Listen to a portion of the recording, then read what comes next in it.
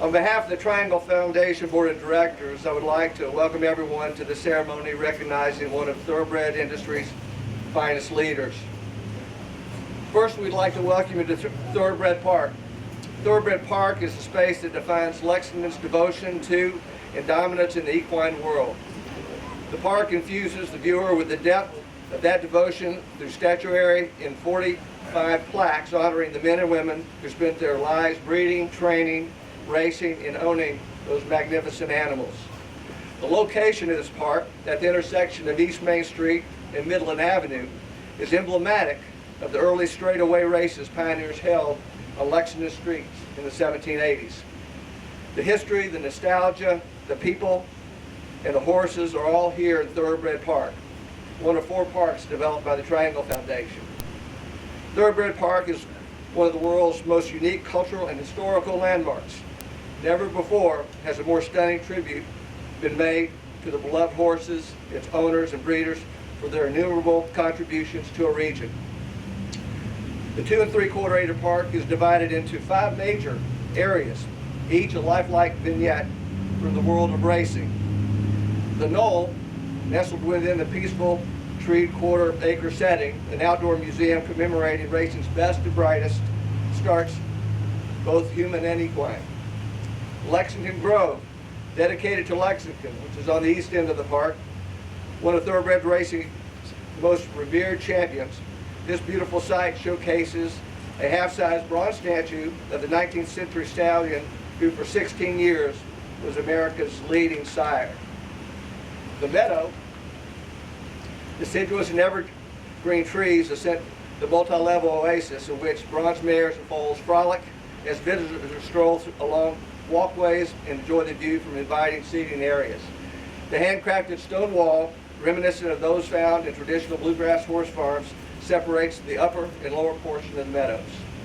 The track, which is behind me, here the excitement of racing springs to life as 7 life-size bronze thoroughbreds and jockeys race towards the finish line on a track similar in appearance to the real ones.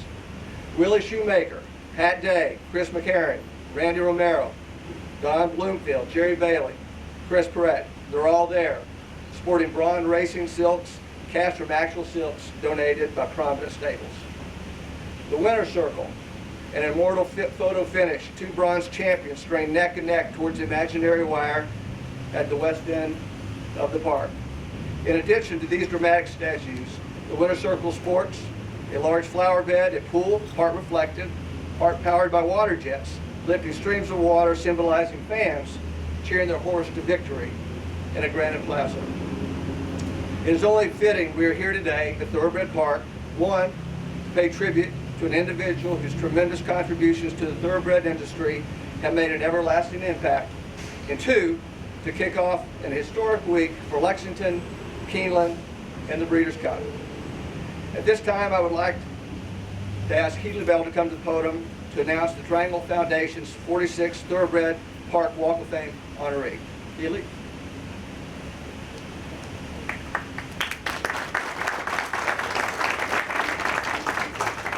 Thank you so much, ladies and gentlemen. This is truly an exciting time, as y'all well know. The Breeders' Cup has come to Lexington. For the first time in 31 years, the Breeders' Cup has come to Lexington. And thanks to the efforts of Bill Thomason and all of his team, Craig Fravel and your team, to Kip Cornett and the Breeders' Cup Festival Week, to Mary Quinn Raymer and Visit Lex and all that they've done in promoting the Breeders' Cup, and certainly to Mayor Gray and his organization and the community. Lexington is celebrating the Breeders' Cup. And there's no one who would cherish that moment more than John Gaines. As y'all well know, John Gaines was a dreamer, a visionary, and he was the one who started and founded the idea of the Breeders' Cup. And so we celebrate John Gaines today. And with that, this plaque and dedication. John Gaines wasn't just a visionary for the Breeders' Cup. He was a visionary in many, many other areas. As y'all know, the arts and humanities. He was instrumental in importing stallions from Europe that were breed changers. Vaguely Noble, Riverman, Leafard, Blushing Grooms, to name a few. But as important as all these accomplishments were, there was no one person more important in his life than his wife, Joan. She was his strength and his foundation, and no doubt his sounding board. So it's very special we have Joan here today to celebrate this occasion, and her son Thomas, who equally played an important role, and to celebrate the Gaines family on this momentous week here in Lexington. With that, I'd like to introduce Mayor Gray.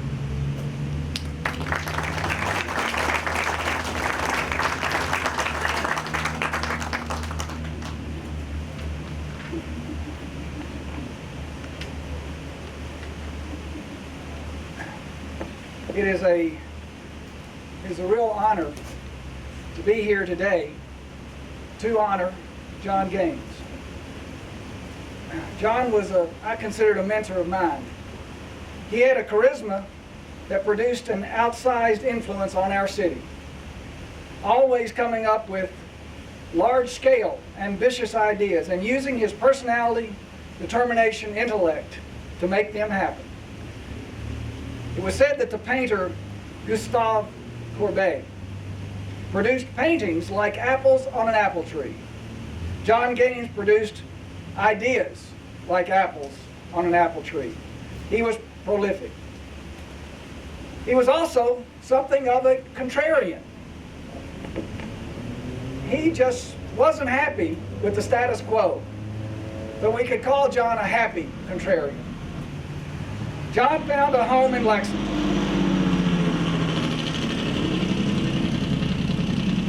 John found a home in Lexington, and with his big ideas, he would not settle for anything less than the best.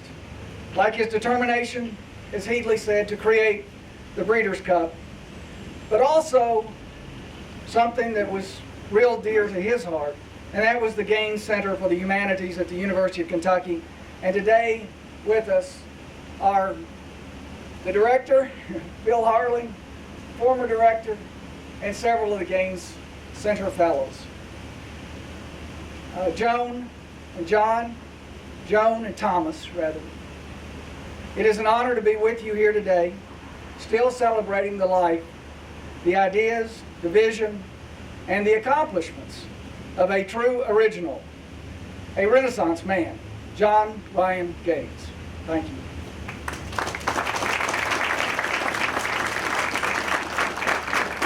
Thank you, Mayor. We're pleased to have with us Bill Thomason, President and CEO of Keeneland Association.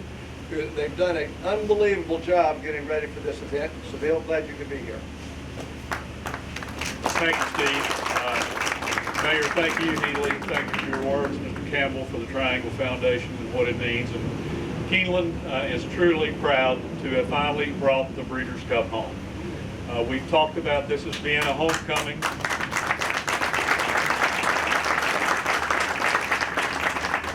It's a homecoming in so many special ways. It's a homecoming for the people. We get to bring people back to Lexington who are so used to coming here to this, the horse capital of the world, for a celebration of horses. 70% of the horses who run the Breeders' Cup that are born within 30 miles of where we're all sitting right now. And so much of that and the development of this, people have asked me, how long have you been planning this? How long have we been trying to do it? Well, I would tell you that we've only been around 80 years. So I think the thought for ours has been that long, but this has been the horse capital of the world for much, much longer than that. And today we have a chance to celebrate a man who had that vision. From John Gaines, from the essence of this breeding capital of the world, and when you look at the stallions he developed and the farm that he developed and the uniqueness of the architecture, So everything that he did at the farm was unique, and then the idea that he brought to this community and to this industry were beyond words and beyond description. And on behalf of Keeneland, Mrs. Gaines, and Thomas, and for the entire Gaines family, from a grateful industry, thank you, thanks for what this means to us, and we are very, very proud to have finally been able to get the Breeders' Cup back home. Thank you. Bill, thank you so much. At this time, we'd like to bring up President and CEO of Breeders' Cup, Craig Fravel. Thank you for everything you've done for us here. Craig.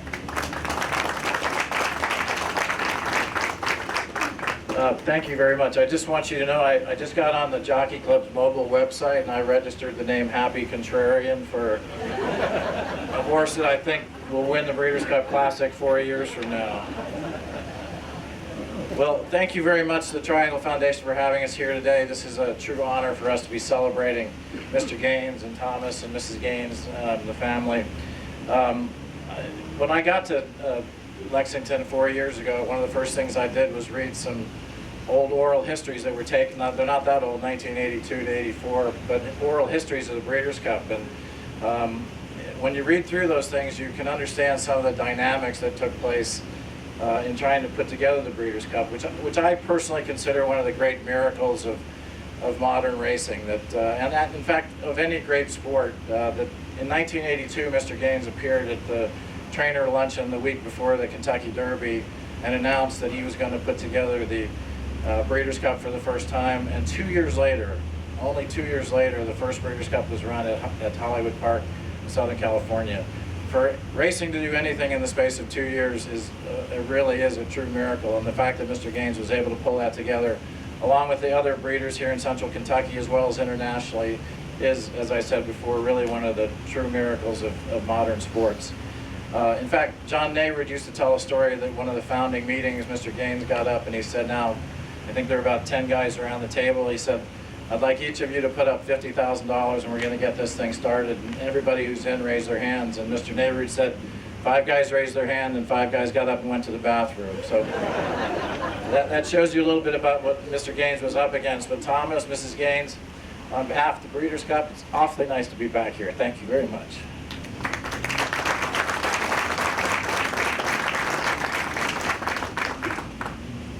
At this time, I would ask Thomas Gaines to come up representing the Gaines family.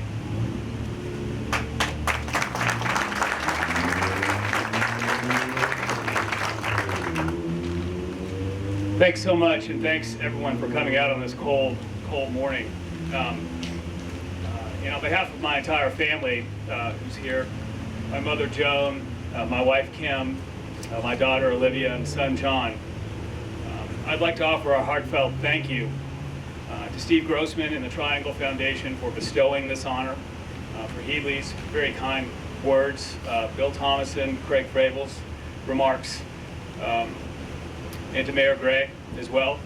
You know, a lot has been mentioned today and in the weeks leading up to the Breeders' Cup about my father's founding of the Breeders' Cup and his role in its formation and its implementation. And while many cups have come and gone, this one is particularly special. It's special for our city, for our state, for our local racetrack, our hotels and restaurants, and for every one of us that resides here now. From my family's perspective, we can only feel an immense amount of pride as the Breeders' Cup comes home to Lexington for the first time.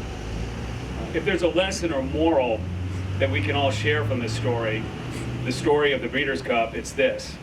When thoughts become big ideas, and those ideas become beliefs, and those beliefs turn into a vision, while it may take one remarkable man to dream those dreams and then go make them happen, the Breeders' Cup at its core is a real-life story of what can be accomplished when a few individuals and then an industry unite behind a powerful dream. We have no further to look than around us now to see the impact of a vision and a dream that finally and at long last has come home. thank you all very much for being here today and for sharing in this dream.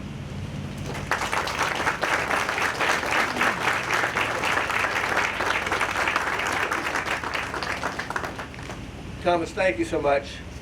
At this time, we're going to have the unveiling of the plaque. We'll have Healy Bell come up and read the plaque. At this time, we would like Bill Thomason, Craig Fravel, Ed Barr, Bill Ferris to come up, along with the Gaines family, all the kids, Joan, Kim, Thomas.